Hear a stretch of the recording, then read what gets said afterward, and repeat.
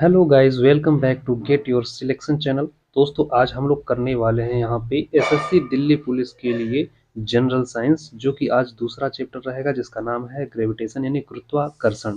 यदि आप railway, NTPC, group D, LP की भी तैयारी कर रहे हैं तो आपके लिए भी ये वीडियो बहुत ही हेल्पफुल साबित होने वाला है। तो यहाँ पे हम लोग अपना स्टार्ट करते हैं कुछ क्वेश्चन से, जो कि इस चैप्टर से के जो है कि बहुत महत्वपूर्ण क्वेश्चंस हैं। तो चलिए आइए हम लोग अपने पहले क्वेश्चन की ओर चलते हैं। तो हमारा पहला क्वेश्चन यहाँ पे है, और ये पहले क्वेश्चन में क्या कहा जा रहा है, जरा इसको ध्यानपूर्वक समझिएगा। कह रहा है कि पृथ्वी और चंद्रमा एक दूसरे को गुरुत्वाकर्षण बल से आकर्षित करते हैं, लेकिन ये कह रहा है कि चंद्रमा द्वारा लगाया गया बल जो होता है वो क्या होता है, बल से अधिक होता है। यानी कि चंद्रमा द्वारा जो लगाया गया बल होता है वो क्या होता है, इस गुरुत्वाकर्षण बल से या पृथ्वी के गुरुत्वाकर्षण बल से अधिक होता है। या कह रहा है कि चंद्रमा द्वारा लगाया गया बल के समान होता है, यानी गुरुत्वाकर्षण जो होता है ये क्या होता है, चंद्रमा के द्वारा जो बल लगाया जाता है उसके समान होता है। कह रहा है, ये कह रहा है चंद्रमा द्वारा लगाए गए बल के से कम होता है। या कह रहा है कि चंद्रमा द्वारा लगाए गए बल से संबंधित ही नहीं है।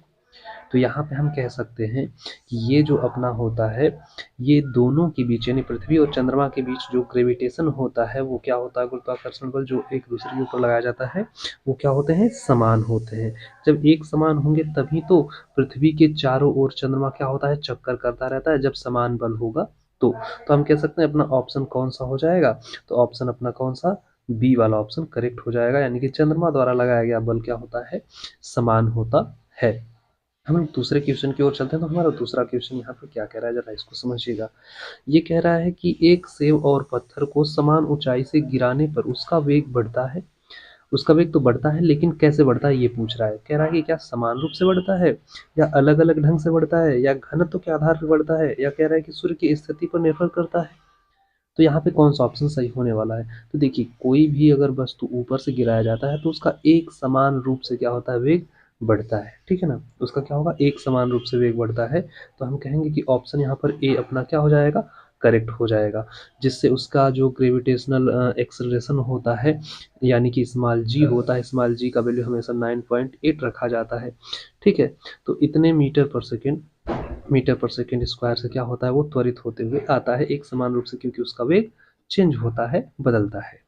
आगे की ओर अगर हम चलते हैं तो अगले क्वेश्चन में कह रहा है कि आर्किमिडीज के सिद्धांत के अनुसार जब कोई पिंड किसी तरल में डूबा होता है तो उसका आभासी भार, तो ये क्या कह रहा है कि अगर कोई पिंड क्या है, किसी तरल पदार्थ यानी द्रव में डूबा हुआ है तो उसका आभासी भार क्या घटता है, या बढ़ता है, या अपरिवर्तित रहता है, या पदार्थ पर निर्भर करता है। क्या आपका ऑप्शन होना चाहिए। तो देखिए, ये जो अपना होता है आभासी भार, ये हमेशा क्या होगा, घटेगा।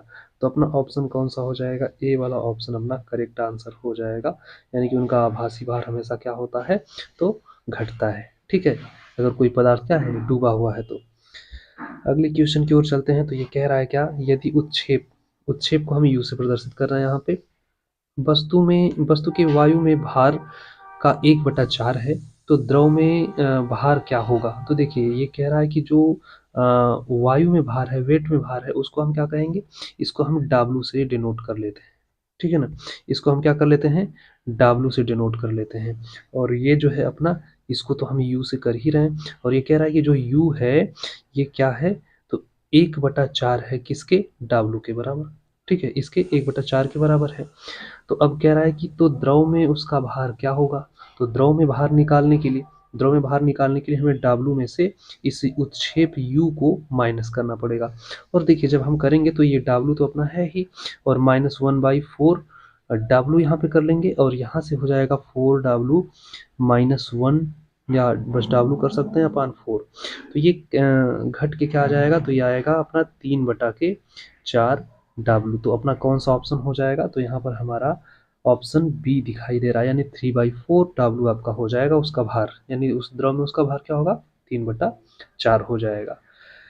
आगे की ओर बढ़ते हैं। तो अगला क्वेश्चन ये कह रहा है क्या, डब्ल्यू यानी कि डब्ल्यू भार वाली वस्तु तभी तैरेगी जब उत्क्षेप u, तो उत्क्षेप u क्या होगा, ये पूछ रहा है कि उत्क्षेप बल जो होगा अगर उस भार से ज़्यादा होगा या कम होगा, कैसे होगा तो वो मतलब तैरेगा। तो यहाँ पे कह रहा है कि u की वैल्यू क्या हो, w से ज़्यादा हो। या कह रहा है कि यू की वैल्यू डब्ल्यू के बराबर हो, या कह रहा है यू की वैल्यू जो है वो डब्ल्यू से कम हो, या कह रहा है यू की वैल्यू डब्ल्यू से ज़्यादा हो या बराबर हो तो, ठीक है।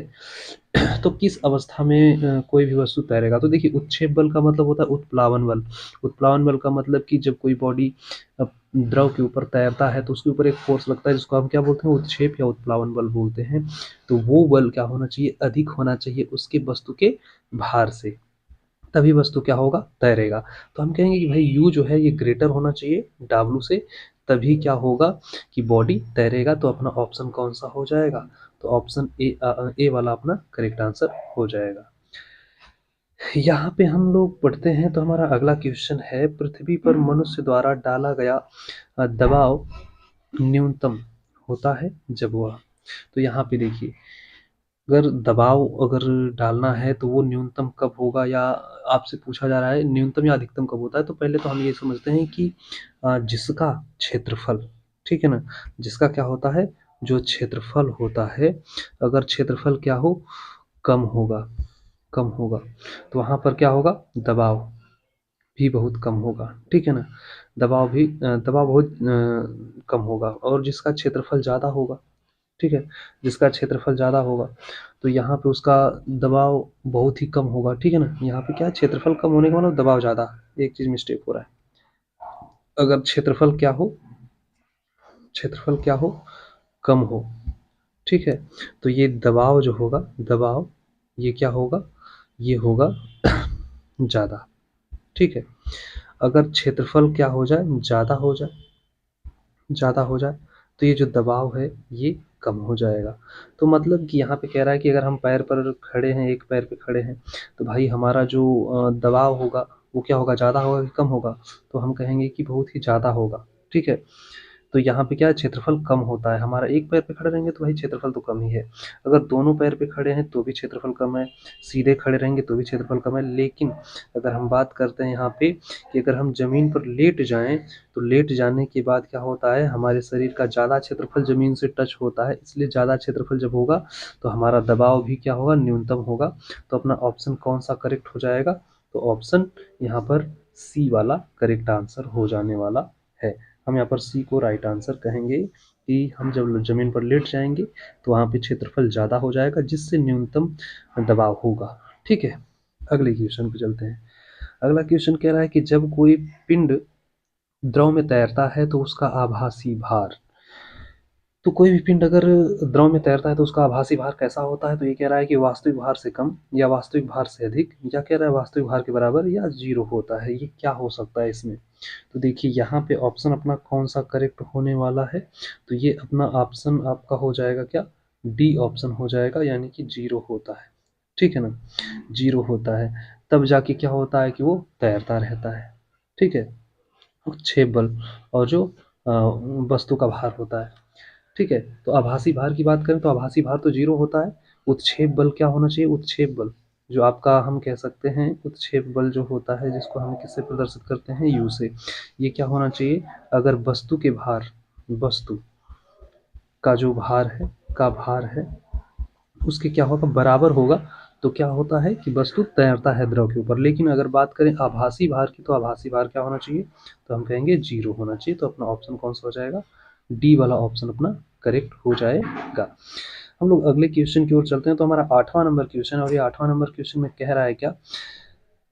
कह रहा है कि रेत पर रखे लोहे के घनाभ द्वारा लगाया गया बल बराबर होता है। अगर कोई रेत पर कोई लोहे का घनाभ रखा गया है तो उसका जो बल लगाया जाता है वो बल बराबर होता है किसके? तो ये कह रहा है घनाभ के द्रव्यमान के, या प्रति इकाई क्षेत्रफल द्रव्यमान के, या कह रहा है कि घनाभ के भार के, या प्रति इकाई क्षेत्र भार के।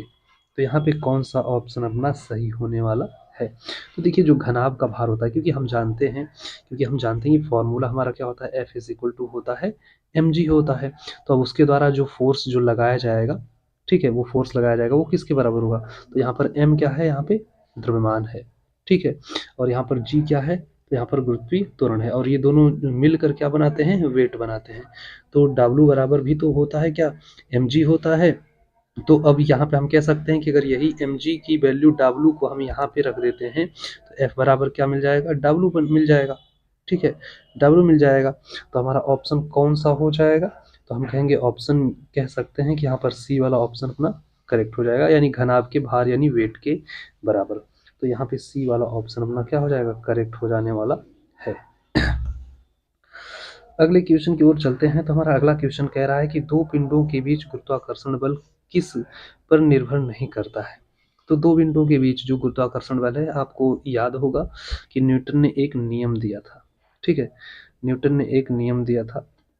तो हम कहते हैं कि एफ इज इक्वल टू क्या होता है, capital G m1 into m2 अपान क्या होता है, आर स्क्वायर होता है, जहाँ पे आर डिस्टेंस यानी दूरी होता है। तो ये यफ जो है इस पर तो निर्भर करेगा ही, तो हम तो इस ऑप्शन को कट कर देंगे। और यहाँ पर एक चीज़ देख रहे हैं कि ये अपना द्रव्यमान है, तो द्रव्यमान पर भी निर्भर कर रहा है यफ, तो हम इसको भी कैंसिल कर देंगे। ठीक है, और प्रोडक्ट ऑफ मास, ये दोनों ही मास हैं और दोनों का प्रोडक्ट है, तो ये इन पर निर्भर तो करता ही है, तो इनको भी हम कट कर देंगे। तो यहाँ पर कौन सा ऑप्शन बच रहा है, माध्यम, यानी मीडियम पे वहाँ पे क्या करेगा, वो निर्भर नहीं करेगा। तो ये अपना सही आंसर कौन सा हो जाएगा, तो डी वाला सही आंसर हो जाएगा, वो उनके माध्यम पे निर्भर नहीं करता है। अगले क्वेश्चन की ओर चलते हैं। तो हमारा अगला क्वेश्चन कहता है कि चंद्रमा की सतह पर गिरने वाले दो अलग अलग द्रव्यमान की वस्तुएं,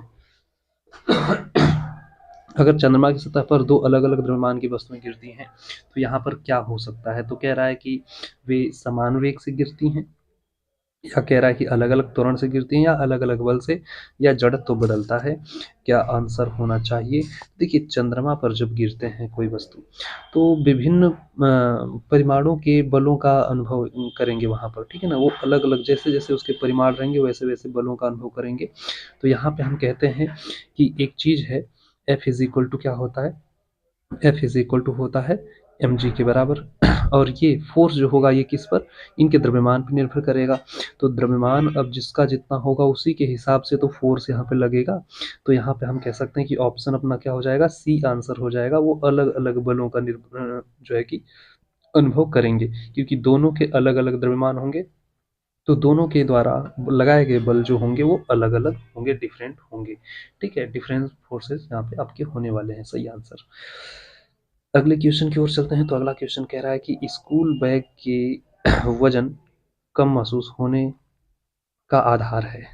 तो देखिए स्कूल बैग का अगर वजन जो है कम लगे, हमें ये चीज़ फील करने के लिए क्या करना पड़ता है, जो स्कूल बैग की जो पट्टी होती है, पट्टी को थोड़ा चौड़ा बनाया जाता है। ठीक है, पट्टी को थोड़ा चौड़ा बनाया जाता है, ताकि जैसे कि वो हमारे कंधों में क्या हो सके, कम धंसे, क्योंकि उसका दबाव क्या होगा, कम होगा। हमने बताया ना कि क्षेत्रफल ज़्यादा तो दबाव कम, क्षेत्रफल कम तो दबाव ज़्यादा होता है। तो इसलिए हम यहाँ पर क्या करते हैं कि उसके क्षेत्रफल को ज़्यादा रखते हैं, ताकि दबाव वहाँ पे कम महसूस हो सके। तो यहाँ पे हमारा सही आंसर यहाँ पे हो जाएगा। हम तो कह सकते हैं यहाँ पे, देखिए जैसे कि एक फॉर्मूला आपका होता है, P बराबर एफ बाई ए, यानी कि एफ क्या है, बल है, और ए क्या है, एरिया है, क्षेत्रफल है। तो क्षेत्रफल के आधार पे क्या होता है, उसके द्वारा जो लगाया गया फोर्स होता है वो क्या होता है, कम या ज़्यादा होता है। ठीक है, तो अपना ऑप्शन कौन सा हो जाएगा, ए हो जाएगा। तो यहाँ पे आप ए ऑप्शन कर लेंगे। ठीक है, दबाव के महसूस होने पर वो क्या होता है, के आधार पर जो है कि उसका वजन हमें कम या ज़्यादा महसूस होता है। ठीक है, दबाव ज़्यादा रहेगा तो आपको ऐसा लगेगा कि वजन बहुत ही क्या है, दबाव ज़्यादा होने के कारण ज़्यादा है वजन, और दबाव कम होगा तो वहाँ पर क्या होगा, आपको वजन कम लगेगा। ठीक है, अगला क्वेश्चन यहाँ पे कह रहा है, और ये क्या है, व्युत्क्रम वर्ग नियम के अनुसार F F directly proportional to. तो यहाँ पे ये आपको अभी भी हमने फॉर्मूला एक बताया, एफ इज इक्वल टू क्या होता है, जी m1 इंटू m2 अपान क्या होता है, आर स्क्वायर होता है। ये आर स्क्वायर क्या है, दूरी का वर्ग है, और ऊपर से अगर हम जी m1 इंटू m2 को हटाएं तो ये क्या हो जाएगा, यहाँ पर जी को अगर हटाएंगे तो पहली बात कि ये इक्वल जो हो जाएगा, ये क्या हो जाएगा, डायरेक्टली प्रोपोर्शनल बन जाएगा।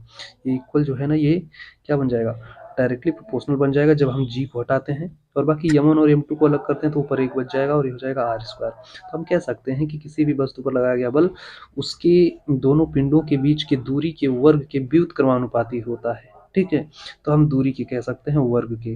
तो हम यहाँ पर क्या हो जाएगा, तो सही ऑप्शन कौन सा चुन सकते हैं, तो यहाँ पर सही ऑप्शन अपना हो जाएगा बी वाला ऑप्शन।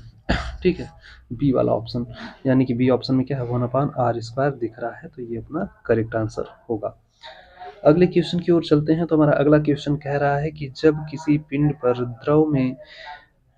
पिंड को द्रव में तौला जाता है तो भार में कमी कमी बराबर होती है, यानी किसके बराबर होगी, उसके भार में जो कमी होगी वो किसके बराबर होगी। तो ये कह रहा है विस्थापित द्रव के भार के, या कह रहा है विस्थापित जल के भार के, या कह रहा है कि वायु में भार, या कह रहा है कि आधा भार। तो यहाँ पे सही आंसर अपना कौन सा होने वाला है, तो हम कह सकते हैं कि सही आंसर अपना विस्थापित द्रव के भार के होगा, ठीक है ना।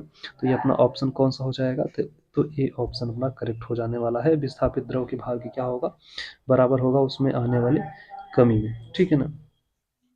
अगले क्वेश्चन की ओर चलते हैं। तो यहाँ पर कैपिटल जी की वैल्यू का बात कर रहा है। कैपिटल जी जो होता है ये स्थिरांक है, ठीक है, कैपिटल जी क्या है, स्थिरांक है। तो ये जो स्थिरांक है इसकी हम वैल्यू की बात करते हैं, तो वैल्यू तो 6.67, यहाँ पे हम सही से लिख देते हैं। कैपिटल जी की वैल्यू होता है 6.667 इंटू 10 टू द पावर क्या होता है, -11 न्यूटन मीटर स्क्वायर पर किलोग्राम स्क्वायर होता है, ठीक है ना।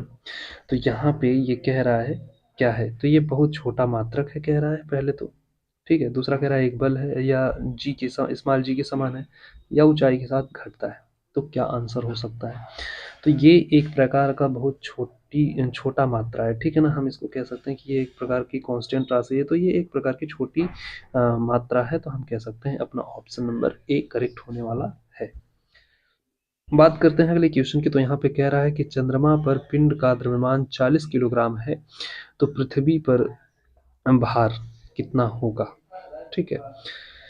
तो यहाँ पर द्रव्यमान की बात कर रहा है और यहाँ पर भार की बात कर रहा है। तो हम तो जानते हैं कि जो भार होता है, भार जो होता है, भार बराबर होता है m/g, ठीक है ना, m/g, जिसमें से कि द्रव्यमान आपको दे चुका है। यहाँ पे द्रव्यमान क्या है, 40 है, तो हम इसको तो 40 कर ही लेंगे।